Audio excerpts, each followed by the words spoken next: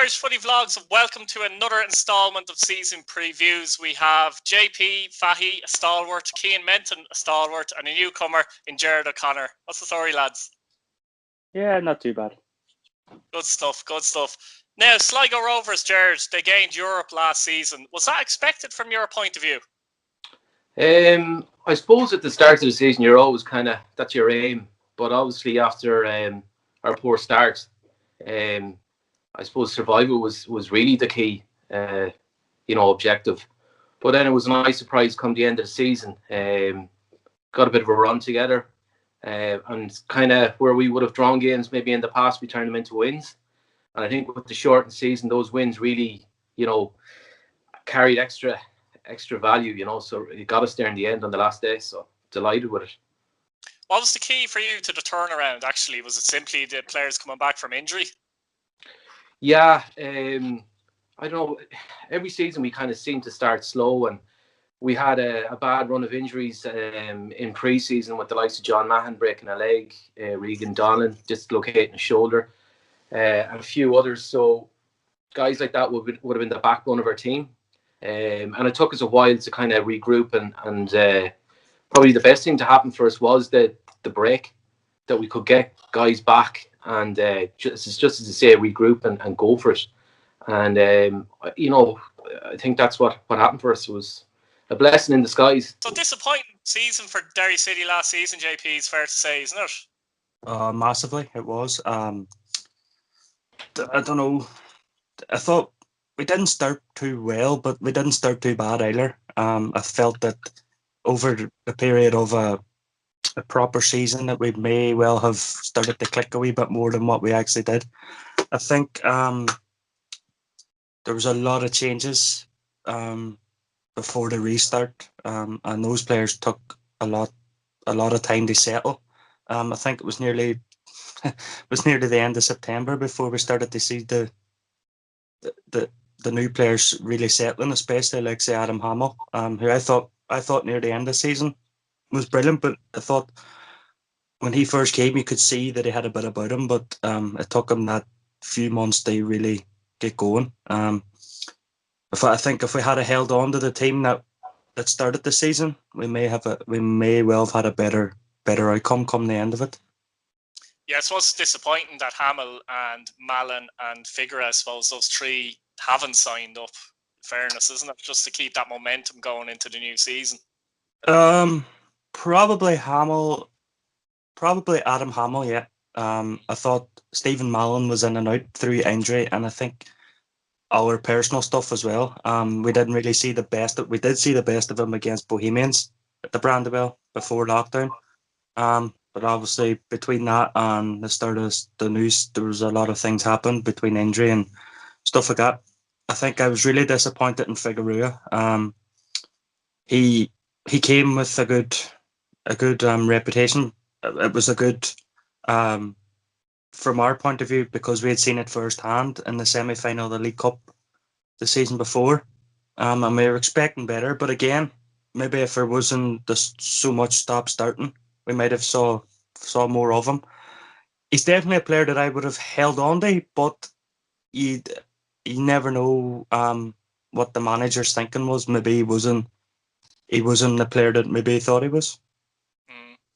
Cian, Stephen O'Donnell's first proper season really in charge of Pats. Did you see last season as more of a transitional year for Pats?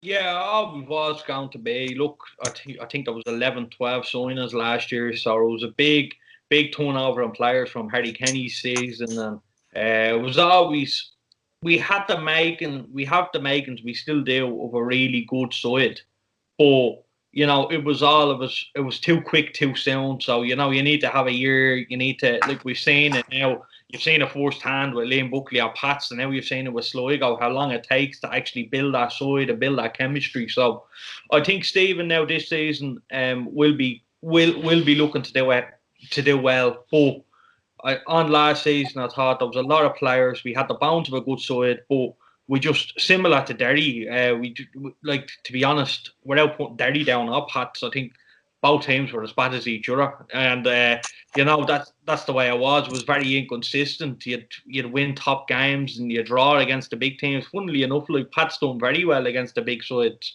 and drop points similar to Derry. Like I've seen Derry play Shamrock Rovers and stuff last year, and really play well, and next they go and they get beaten by a Harps or a Waterford. That was the season for Pats and Derry in a nutshell. I think the two of them were the exact same. Obviously, Sligo getting to Europe was great for Sligo, especially the last day of the season. Against Dundalk, and I think Stephen now has the makings of a good side, and last year he brought in the squad, and I think this year now he's added to the squad. How important, Keane, was it exactly to keep actually the core players at the club? Because it's been probably 3 or 4 years since Pats have kind of done that, hasn't it, in fairness? Yeah, well, in fairness now, we've always kind of had a core group of players. We've kind of always had our players that are always going to be there. Like, I know we lost Brendan Clark and stuff like that, but, you always have your Lee Desmonds, your Birmos, your Forresters, your Lennons in recent years, so you've always kept that little bond. But I think this year now, funnily enough, I think we got rid of players that apart from one or two that we actually probably didn't mind losing, and we added some serious quality in that. But look, it's important. Every team wants to keep the best players. Like, I know we're going to get on to Sligo, but I was so disappointed to see Junior going to Dundalk. I really was, because I was looking forward to seeing Sligo playing with Figueira and Parks and Junior. Like, that strike force is going to be up there with the very best in the league. So taking Junior out was a big loss. But yeah, I think it's important every club. And in fairness, I don't think many clubs have lost apart from Waterford in the league. I think every club is strengthened. On to that, Jared, actually. Was Junior a success for you last year at Sligo? He probably was a little bit hot and cold. But, I suppose he wasn't as dynamic as we thought he was going to be. But his ball retention and his general play was good. And it also coincided with our upturn in the league. So he was vital to that. It is disappointing that we lost him, but I suppose at the end of the day, money talks, and that's the bottom line, isn't it? Yeah, I think he was offered more money at Dundalk, it's fair to say, isn't it? Yeah, quite considerably. Many expect to see, exactly. Many expect to see Sligo on the top 4 this season. Does that bring added pressure to Liam Buckley's side? No, I don't think so. Look, we're always realistic at Sligo.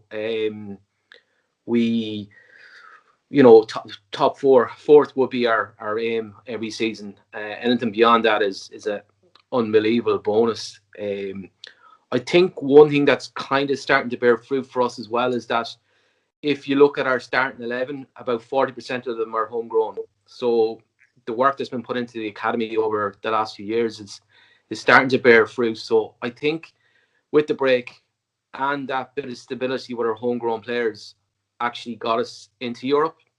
And I think going forward I'd be more positive than I would have been in previous seasons, because we're starting to get that stability and consistency. Yeah, absolutely. JP, you happy with Derry's transfer business? Yeah. Thought we've been pretty shrewd in signing this year. We've signed players who know the league. We haven't just gone and plucked somebody from the National League in England or somebody who's been playing down the divisions in Scotland. We did bring Danny Lopano back, but again, it's somebody who knows the league. I know everybody was disappointed not to see him return in the summer, but it's a signing that I was really happy about whenever I heard. We've brought back Danny Lafferty. He's got promotion experience in England. He's got a cup and league title winning experience in Ireland. So that's pretty good, and we've managed to hang on to the majority. I think we've held on to the whole defence from last year, maybe apart from Gilchrist, who's away to Shelburne, and Peter Cherry, who's left. So I think that's key. We've held on to the back line. It's the first time in probably about 6 or 7 years I can remember that the midfield hasn't changed a whole lot either. McCormick's left. I think he's going to be a huge miss.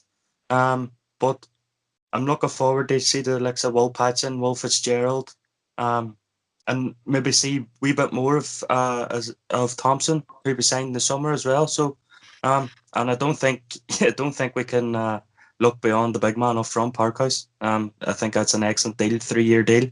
At least now we know that come the end of the season, we're not going to be going looking for a number 9. That we're going to have our own number 9 and hopefully build around that.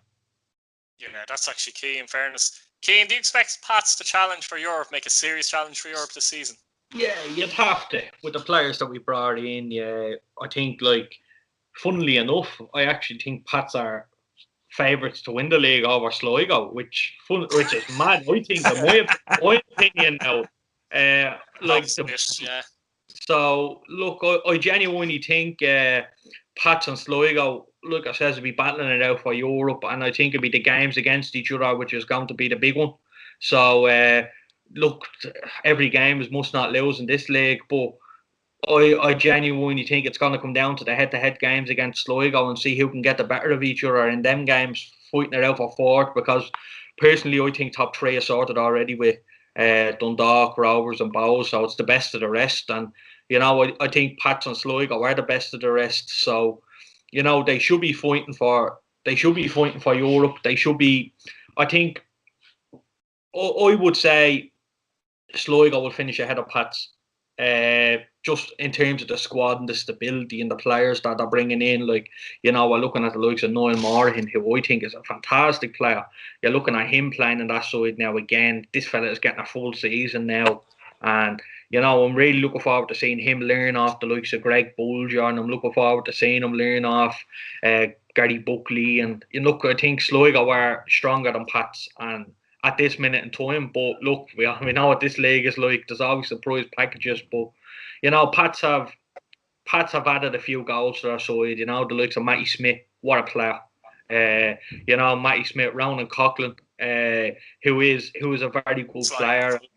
I think he's going to be a good player. We signed the young lads on loan from England. Look, these players paying his wages, I wouldn't imagine. So it's great to get these players over, and it's a free hit in terms of loan signings, like Derry with Hodge. He's out for a bit, but they're free hits. You're not paying too much, and it's a win-win really. If he gets 2-3 goals for you, who knows? So I think Pats have done very well in the market, considering they've lost out on big targets in the market, the likes of Bastian Hurley to speak about, and the likes of Brian Murphy, which was talked about for I don't know how long, and then. So I think Pats have done really well. People look as well. I look at the signing of Barry Murphy the other day. Look, he's not going to play games. I don't think so. But his experience, these 2 young lads, Barry has been there and done it with all the top teams. If you go back through his career, you're looking at the top teams that has played.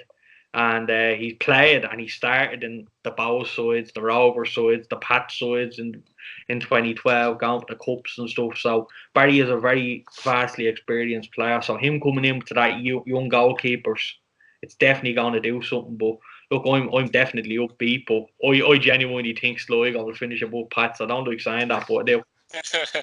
Jared, which Sligo signs excite you the most? I think Keane touched on it there earlier on. Greg Bulger, definitely. He's the type of signing that we wouldn't have got in the past. It's very difficult to attract kind of the top Dublin players up to the northwest. JP know about that too. So he's something that we've haven't had in a long time. Just a born leader, a born winner, and I think he'll be a big influence in the dressing room. He'll add that bit of steel and a bit of confidence that we were missing through a leader.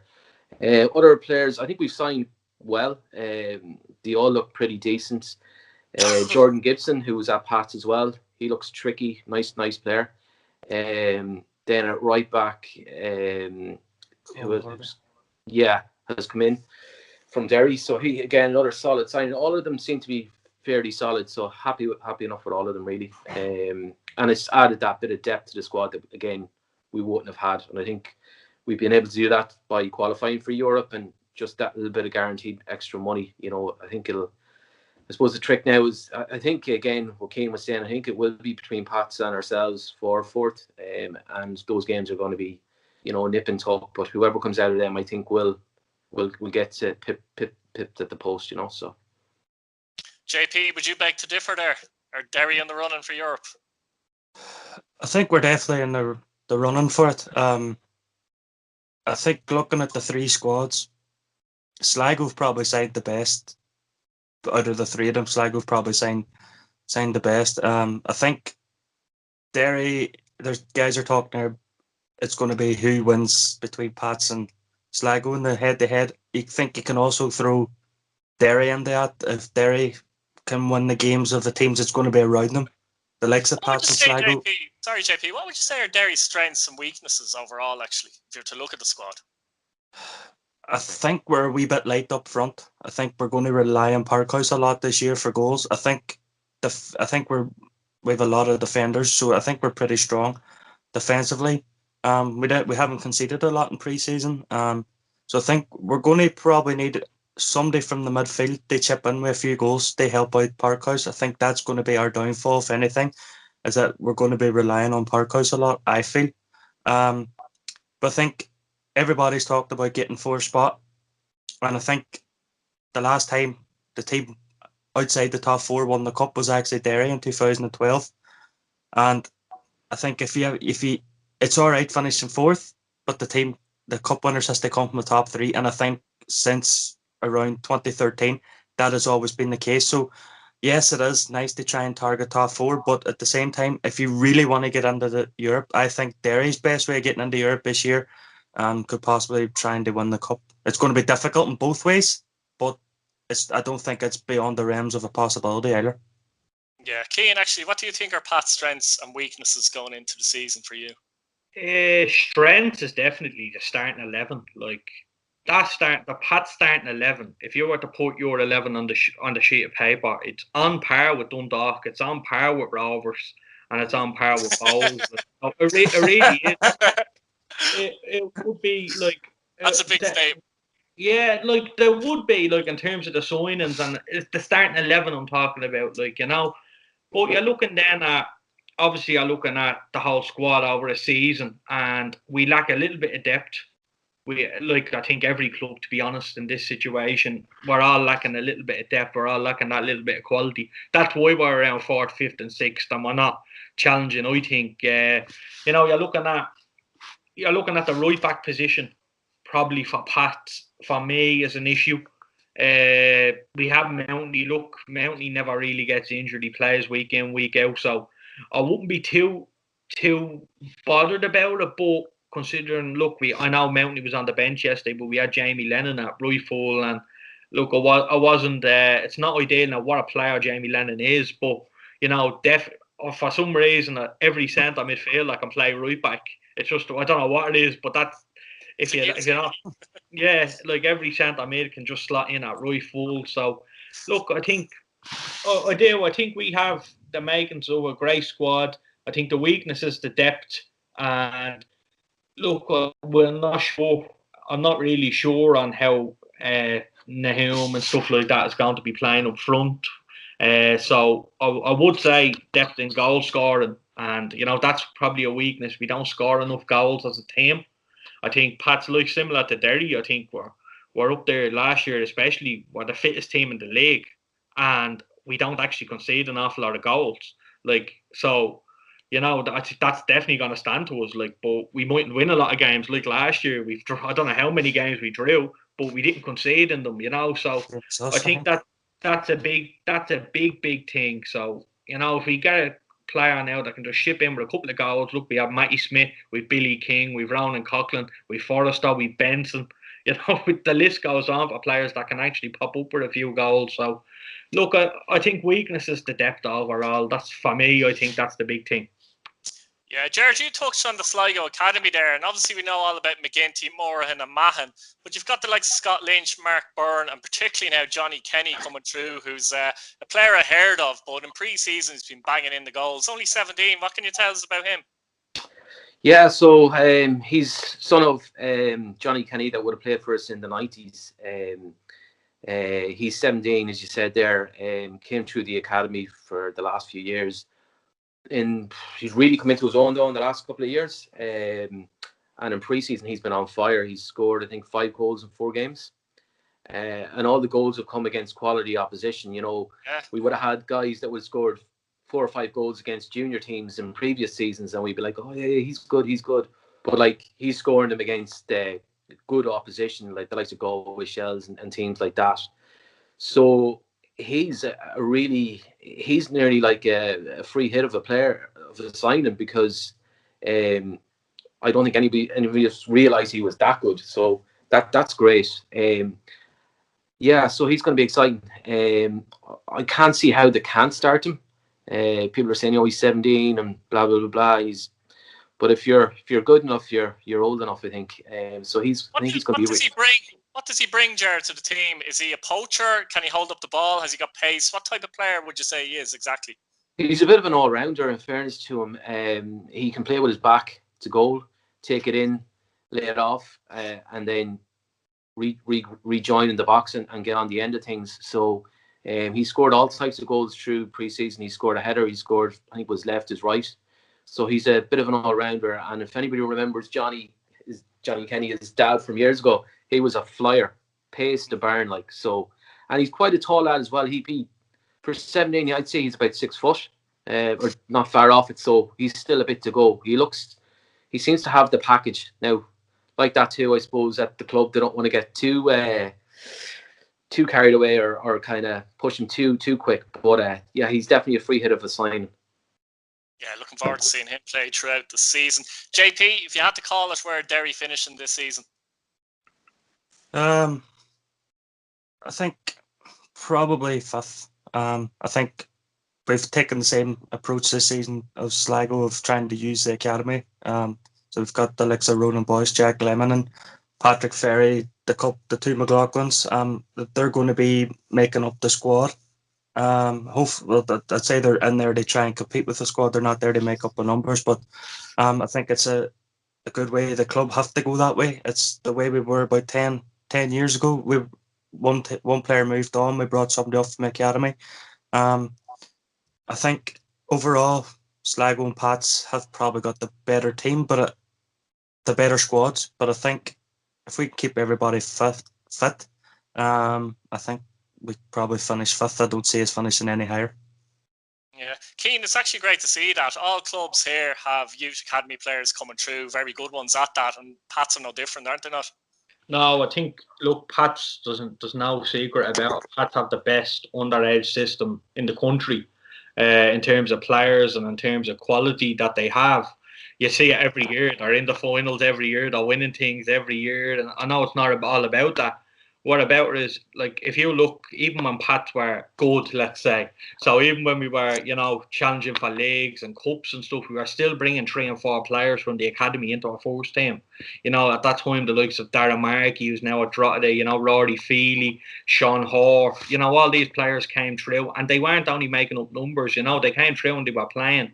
And obviously in recent seasons now, like this year, I'm really looking forward to seeing Darren Bones. He was very sharp yesterday. Ben McCormick, who's a player that I've admired for I don't know how long. So it's great to see these lads playing. And Pat's, like, in terms of Derry probably have a young side as well, but Sligo have a lot more experience. And, they have a blend. They have a lot more of experienced players, like Bolger, Gary Buckley, all these players, just to name a few, where Pats have a lot of players, let's say, in their mid-20s and, 25, 26. So, I think they'd be around a little bit longer. So, it might balance out in the next couple of seasons. So Sligo finish ahead. But then overall, I think you're looking at Derry with the young players that's coming up, on Pats, the young players. Look, every team is going to be bringing players through.